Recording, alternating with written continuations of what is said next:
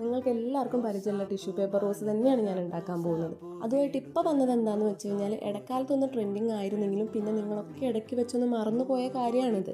പക്ഷെ വീണ്ടും ആ ഓർമ്മകളൊക്കെ പൊടി തട്ടിയെടുക്കാനുള്ള സമയമായി. എന്താണെന്നല്ലേ, വാലന്റൈൻസ് ഡേ വരാൻ പോവാണ്.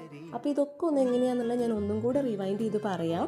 നമ്മൾ ടിഷ്യൂ പേപ്പർ എടുത്ത് ഇതേപോലെ റൗണ്ടായിട്ട് കട്ട് ചെയ്ത് കളറെല്ലാം കൊടുത്ത് വെള്ളത്തിൽ മുക്കി ആ കളർ ഒന്ന് സ്പ്രെഡ് ചെയ്യിക്കുക. അതിനുശേഷം ഒന്ന് ഉണങ്ങാൻ വെക്കുക കേട്ടോ. അത് ഞാനിവിടെ കാണിച്ചിട്ടില്ല, നിങ്ങൾക്കറിയാമല്ലോ. എന്നിട്ട് ഇതേപോലെ ഒരു ഗ്ലാസ് എടുത്ത് പശ തേച്ച് റൗണ്ടിലിങ്ങനെ ഒട്ടിച്ചൊട്ടിച്ചെടുക്കുക.